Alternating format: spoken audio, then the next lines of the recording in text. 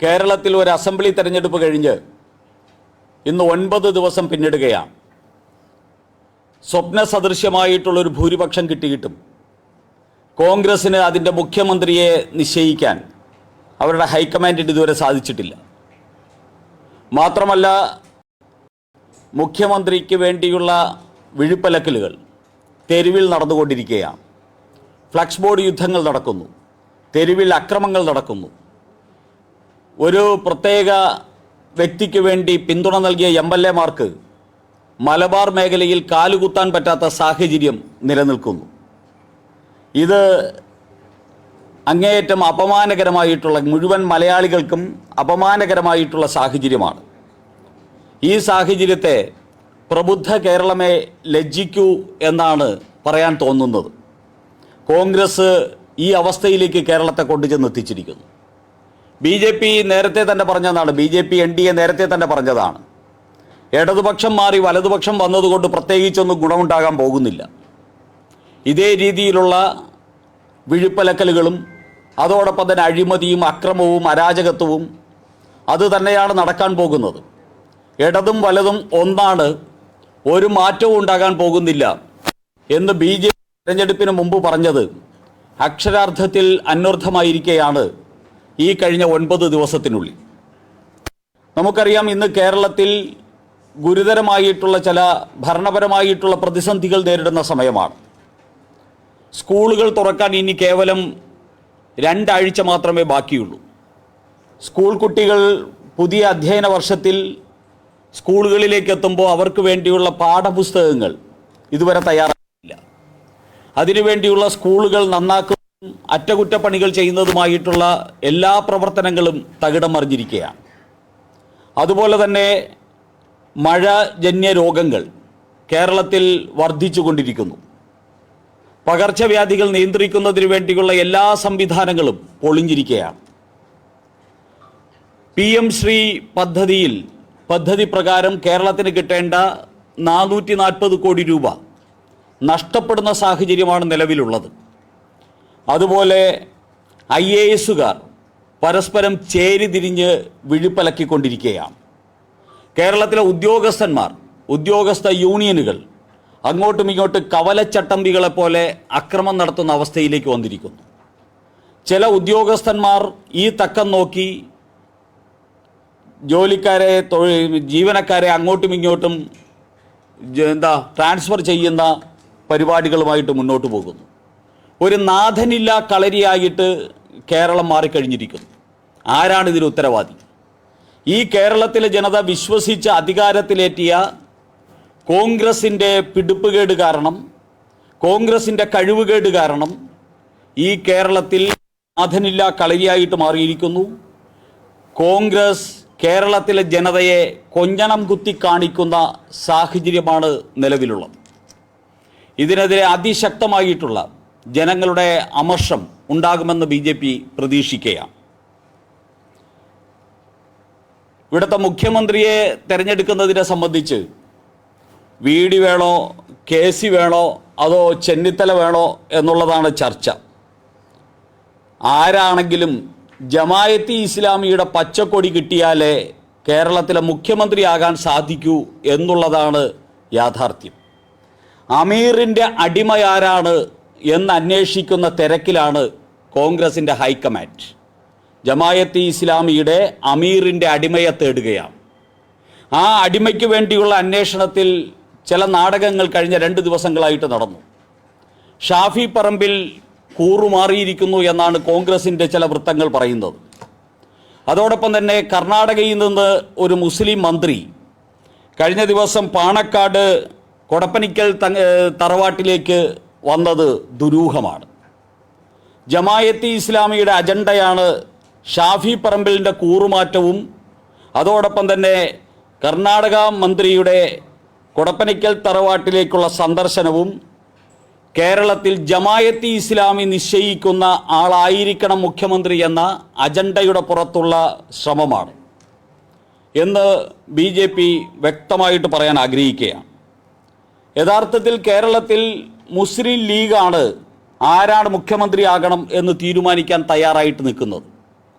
മുസ്ലിം ലീഗിൻ്റെയും അമീറിൻ്റെയും അടിമകളായിട്ട് മാറുന്ന കോൺഗ്രസ് ഈ കേരളത്തിൽ ഒരു കാര്യം കോൺഗ്രസിനെ ഓർമ്മപ്പെടുത്താൻ ആഗ്രഹിക്കുന്നു. മുസ്ലിം ജമായത്തെ ഇസ്ലാമിയുടെയും SDP-യുടെയും മുസ്ലിം ലീഗിൻ്റെയും വോട്ട് കൊണ്ടല്ല, മാത്രമല്ല നിങ്ങൾ കേരളത്തിലെ അധികാരസ്ഥാനത്തെത്തിയത് എന്ന് കോൺഗ്രസിനെ ഓർമ്മപ്പെടുത്താൻ ആഗ്രഹിക്കുകയാണ്. കേരളത്തിൻ്റെ സർവ്വ അധികാരവും ജമായത്തെ ഇസ്ലാമിയുടെ അമീറിൻ്റെ കാൽക്കൽ അടിയറ വയ്ക്കാനാണ് കോൺഗ്രസ് ശ്രമിക്കുന്നതെങ്കിൽ ഇത് അതിഗുരുതരമായിട്ടുള്ള ഭവിഷ്യത്താണ് നിങ്ങൾ നേരിടാൻ പോകുന്നത്. കേരളം ഉത്കണ്ഠയോടുകൂടിയാണ് ഇതിനെ കാണാൻ പോകുന്നത് എന്ന് ഓർമ്മിക്കും.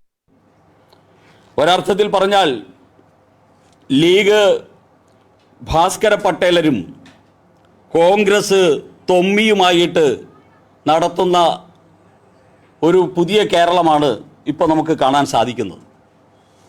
ഇവിടെ UDF ജയിച്ചപ്പോൾ കേരളത്തിൽ നടന്ന ആഹ്ലാദ പ്രകടനങ്ങളും അതിനോടനുബന്ധിച്ച് നടന്ന ചില കാര്യങ്ങളും വളരെ ശ്രദ്ധയോടുകൂടി കേരളം നിരീക്ഷിക്കേണ്ടിയിരിക്കുന്നു. നമുക്കറിയാം, ചില ഇസ്ലാമിക രാജ്യങ്ങളെപ്പോലും ലജ്ജിപ്പിക്കുന്ന രീതിയിലാണ് UDF ജയിച്ചപ്പോൾ കേരളത്തിൽ നടന്ന ആഹ്ലാദ പ്രകടനങ്ങൾ. ഓരോ ആഹ്ലാദ പ്രകടനത്തിലും മാരകായുധങ്ങൾ, കത്തി, വാള്, ഇത്തരത്തിലുള്ള മാരകായുധങ്ങളുമായിട്ട് ആഹ്ലാദ പ്രകടനം നടത്തുന്നു. ആടിനെ പൊതുനിരത്തിൽ വെച്ച് കഴുത്തറുത്ത് കൊല്ലുന്നു. അത് കഴിഞ്ഞാൽ BJP-യുടെ നേതാവ് ശ്രീ K. സുരേന്ദ്രൻ്റെ ഫ്ലക്സ് ബോർഡുകൾ ആധുനിക സംവിധാനം ഉപയോഗിച്ച് ബോംബുകൾ വെച്ച് കത്തിക്കുന്നു. ഇതെന്താ താലിബാനാണോ? മുസ്ലിം ലീഗും കോൺഗ്രസും ഉത്തരം പറയേണ്ടതാണ്. ഇത് താലിബാനാണോ? താലിബാനിൽ ഞങ്ങൾ മനുഷ്യൻ്റെ ഗളം ഛേദിക്കുന്ന ജമായത്ത് ഇസ്ലാമിക്കാരനെ കണ്ടിട്ടുണ്ട്. താലിബാനിൽ മനുഷ്യ ബോംബുകൾ ഇട്ട് നശിപ്പിക്കുന്ന ജമായത്ത് ഇസ്ലാമിക്കാരനെ കണ്ടിട്ടുണ്ട്. അതിൻ്റെ റിഹേഴ്സലാണോ മുസ്ലിം ലീഗിനും കോൺഗ്രസിനും അധികാരം കിട്ടിയപ്പോൾ കേരളത്തിൽ അനുവർത്തിക്കുന്നത് എന്ന് ഞങ്ങൾ ചോദിക്കാൻ ആഗ്രഹിക്കുക. അതാണ് കേരളത്തിൽ കണ്ടത്. മതമാണ് വിഷയമെന്ന് പറഞ്ഞ് അധികാരത്തിൽ വന്ന മുസ്ലിം ലീഗും അവലും മലരും കരുതിക്കോ കുന്തിരിക്കവും കരുതിക്കോ എന്ന് പറഞ്ഞ് ഇവിടെ മതവർഗീയ ഭീഷണി ഉയർത്തിയ SDP-യും ഒരുമിച്ച് ചേർന്ന് കേരളത്തിൽ മുസ്ലിം ലീഗിൻ്റെ അടിമകളായിട്ട് അധികാരം കിട്ടിയവരുടെ ആ അധികാരം ആഘോഷിക്കുന്നത് അതിഗുരുതരമായിട്ടുള്ള ഭവിഷ്യത്ത് കേരളത്തിനുണ്ടാക്കുമെന്നുള്ള സൂചനയാണ് നൽകുന്നത്.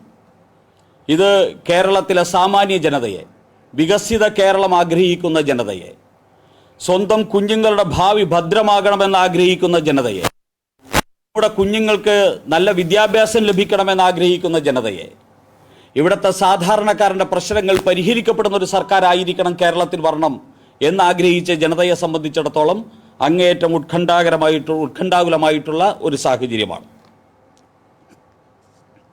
മറ്റൊന്ന്, കോൺഗ്രസ് മാത്രമല്ല, ഇവിടെ ഇന്ന് സമ്പൂർണ്ണമായിട്ടും നശിച്ച് തകർന്നടിഞ്ഞിരിക്കുന്ന മാർക്സിസ്റ്റ് പാർട്ടി ഇത്തരത്തിലുള്ള വർഗീയതയുടെ അജണ്ടയ്ക്കനുസരിച്ച് എങ്ങനെ പെരുമാറി എന്നതിൻ്റെ ഒരു ഉദാഹരണമാണ് കഴിഞ്ഞ ദിവസം മഞ്ചേശ്വരം, കാസർഗോഡ് അസംബ്ലി മണ്ഡലങ്ങളുടെ രാഷ്ട്രീയ സാഹചര്യം വെച്ച് INL-ൻ്റെ ദേശീയ സെക്രട്ടറി പത്രക്കാരോട് പരസ്യമായിട്ട് പറഞ്ഞത്. മഞ്ചേശ്വരത്ത് ശ്രീ K. സുരേന്ദ്രനെ തോൽപ്പിക്കാനും കാസർഗോഡ് BJP-യുടെ സ്ഥാനാർത്ഥിയായ ശ്രീമതി ML അശ്വനിയെ തോൽപ്പിക്കാനും CPM-കാർ ആവശ്യപ്പെട്ട് INL-ൻ്റെയും ഇടതുപക്ഷത്തിൻ്റെയും വോട്ട് മുസ്ലിം ലീഗിന് മറിച്ചു കൊടുത്തു എന്നാണ് ഇടതുപക്ഷത്തിനോടൊപ്പം നിൽക്കുന്ന INL-ൻ്റെ അഖിലേന്ത്യാ സെക്രട്ടറി മാധ്യമങ്ങളോട് പറഞ്ഞിരിക്കുന്നത്.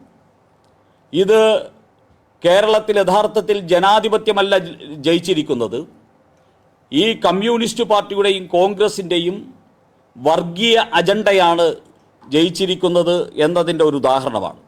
BJP ഇതൊക്കെ പറയുന്ന സമയത്ത് BJP വർഗീയ താല്പര്യത്തോടു കൂടിയാണ് പറയുന്നത് എന്ന് BJP-ക്ക് നേരെ ആക്രമണം ഉന്നയിക്കുന്ന ആൾക്കാർക്ക് ഉള്ള മറുപടിയാണ് INL-ൻ്റെ തന്നെ നേതാവ് ഇപ്പോൾ അവരുടെ അകത്ത് നടന്ന ചർച്ചകൾ പുറത്തുവിട്ടിരിക്കുന്നത്.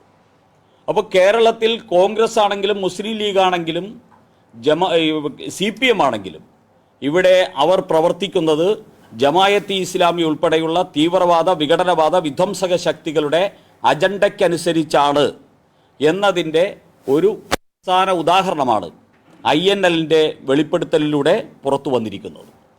അതുകൊണ്ട് ഞങ്ങൾക്ക് പറയാനുള്ളത്, ഈ കേരളത്തിൽ ഒരു ഭരണം മാറിയിരിക്കുന്നു.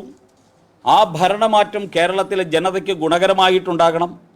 അത് ഗുണം ചെയ്തില്ല എന്നുണ്ടെങ്കിൽ അതിനെതിരെ അതിശക്തമായിട്ടുള്ള ജനകീയ മുന്നേറ്റം നടത്താൻ ഭാരതീയ ജനതാ പാർട്ടി തയ്യാറാകും. വരും ദിവസങ്ങളിൽ ഭാരതീയ ജനതാ പാർട്ടിയുടെ സംസ്ഥാന കോർ കമ്മിറ്റി യോഗം കൂടുന്നുണ്ട്. അതോടൊപ്പം തന്നെ സംസ്ഥാന നേതൃയോഗവും തൊട്ടടുത്ത ദിവസം തന്നെ ഒരുമിച്ച് ചേരുന്നു. കേരളത്തിലെ തെരഞ്ഞെടുപ്പിനെ സംബന്ധിച്ചുള്ള അവലോകനങ്ങളും അതോടൊപ്പം തന്നെ കേരളത്തിലെ നിലവിലുള്ള രാഷ്ട്രീയ സാഹചര്യങ്ങളിൽ ഭാരതീയ ജനതാ പാർട്ടി എടുക്കേണ്ട നിലപാടുകളും ആ യോഗത്തിൽ ഒരു രൂപം ഉണ്ടാകും എന്നാണ് പ്രതീക്ഷിക്കുന്നത്.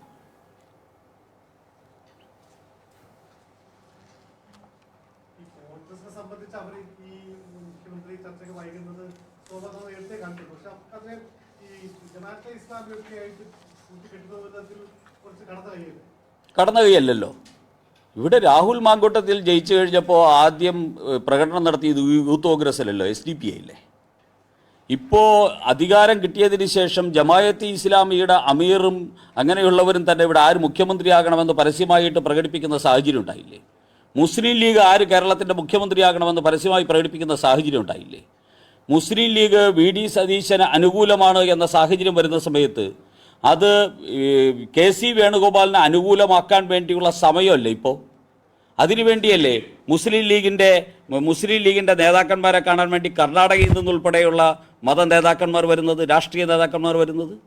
അപ്പോൾ ഈ കേരളത്തിൽ ആര് മുഖ്യമന്ത്രിയാകണം, എന്ത് നയം നടപ്പാക്കണം, ആരൊക്കെ മന്ത്രിമാരാകണം എന്ന് തീരുമാനിക്കുന്ന അവസ്ഥയിലേക്ക് താലിബാന് സമാനമായി ജമായത്ത് ഇസ്ലാമി നേതൃത്വം നൽകുന്ന അതിഗുരുതരമായിട്ടുള്ള സാഹചര്യത്തെ ഞങ്ങൾ കേവലം രാഷ്ട്രീയ പ്രചരണായുധമായിട്ടല്ല കാണുന്നത്.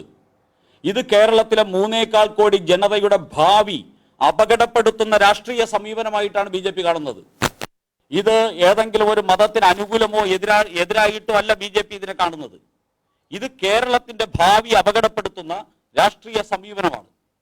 ഈ സമീപനത്തെ മതേതര കേരളം BJPക്ക് അഭ്യർത്ഥിക്കാനുള്ളത്.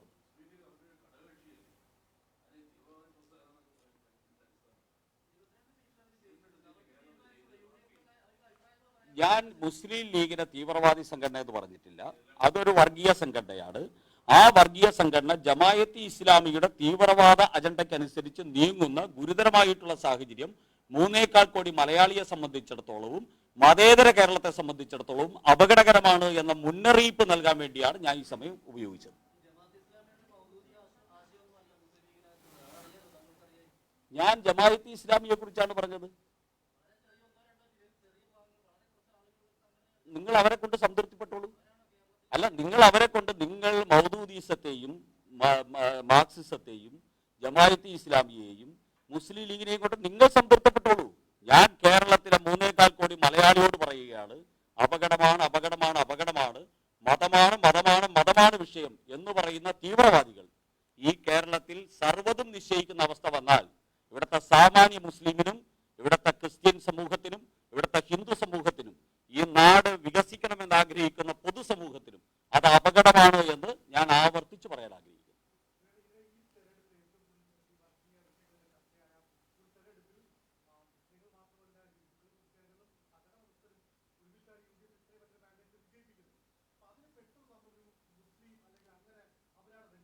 അത് കോൺഗ്രസ്, അത് എന്റെ പണിയല്ലല്ലോ. അത് മനസ്സിലാക്കേണ്ടത് കോൺഗ്രസ് ആണ്. കോൺഗ്രസിനൂടെ വോട്ട് നൽകിയിരിക്കുന്നത് ഇവിടുത്തെ ഹിന്ദുക്കളും ക്രിസ്ത്യാനികളും ഈ നാട് നന്നാകണമെന്ന് ആഗ്രഹിക്കുന്ന നല്ലവരായിട്ടുള്ള മുസ്ലിം തീവ്രവാദികൾ, രാജ്യദ്രോഹികളുമല്ല. SDP-യും ജമായത്ത് ഇസ്ലാമിയല്ല. ഇവിടുത്തെ ഈ നാട്ടിൽ നന്നായിട്ട് ജീവിക്കണമെന്ന് ആഗ്രഹിക്കുന്ന മതേതര മുസ്ലിം സഹോദരന്മാരും ഉൾപ്പെടെ വോട്ട് നൽകിയിട്ടാണ് ഞങ്ങൾക്ക് ഇത്രയും MLA-മാരെ കിട്ടിയത് എന്ന് മനസ്സിലാക്കേണ്ട ഉത്തരവാദിത്വം BJP-ക്കല്ല, കോൺഗ്രസിനാണ്. അതിനെ കൊണ്ട് ഈ ജമായത്ത് ഇസ്ലാമിയുടെ അമീറിന്റെ മുമ്പിൽ അടിയറ വെക്കരുത് എന്നാണ് BJP ആവശ്യപ്പെടുന്നത്. BJP അങ്ങനെ ആവശ്യപ്പെടാനുള്ള അധികാരമില്ലേ? വോട്ട് ചെയ്ത് അധികാരത്തിലേറ്റിയ കേരളത്തിലെ സമൂഹത്തിന് കോൺഗ്രസിനോട് നിങ്ങൾ ജമായത്ത് ഇസ്ലാമിയുടെ അമീറിന്റെ ഈ കേരളത്തെ കൊണ്ട് അടിയറ വെക്കരുത് എന്ന് പറയാനുള്ള സ്വാതന്ത്ര്യം ഇല്ലേ? ആ സ്വാതന്ത്ര്യം ഞാൻ വിനിയോഗിക്കുന്നു, BJP വിനിയോഗിക്കുന്നു. കുറ്റപ്പെടുത്താൻ പറ്റുമോ? അത് നിങ്ങൾ ഗവേഷണാത്മക പത്രപ്രവർത്തനത്തിന്റെ ഭാഗമായിട്ട് ഒന്നിച്ച് ചിന്തിച്ചാൽ കണ്ടുപിടിക്കാവുന്നതേ ഉള്ളൂ. ആഗോള ജമാഅത്തെ ഇസ്ലാമിയുടെ അജണ്ടയെ അന്വേഷിച്ച് കിടക്കാൻ അല്ല, കേരളത്തിലെ അജണ്ടയും ആഗോള അജണ്ടയും തമ്മിൽ അങ്ങ് വിദഗ്ധനാണെങ്കിൽ പറഞ്ഞു തരും. എനിക്ക് ജമാഅത്തെ ഇസ്ലാമിയുടെ ഉള്ളിൽ കയറി അതിന്റെ ശേഷി ഇതുവരെ കിട്ടിയിട്ടില്ല. ഓക്കെ, ജമാഅത്തെ ഇസ്ലാമിയെ നിങ്ങൾ അംഗീകരിച്ച് ജമാഅത്തെ ഇസ്ലാമിയെയും താലിബാനെയും ആഗോള ഭീകര താങ്കൾക്ക് പിന്തുണയ്ക്കാനുള്ള സ്വാതന്ത്ര്യം ഉള്ളത് കൊണ്ടാണല്ലോ ഇതൊരു ജനാധിപത്യ രാജ്യം എന്ന് പറയുന്നത്. അല്ല, നിങ്ങൾ അതിനെ ന്യായീകരിച്ചോളൂ. നിങ്ങൾ ന്യായീകരിക്കുന്നതിനെല്ലാം ഉത്തരം പറയാൻ എന്നെ കിട്ടില്ല. പാർട്ടിയുടെ നിലപാട് ഇന്ന് കേരളത്തിലെ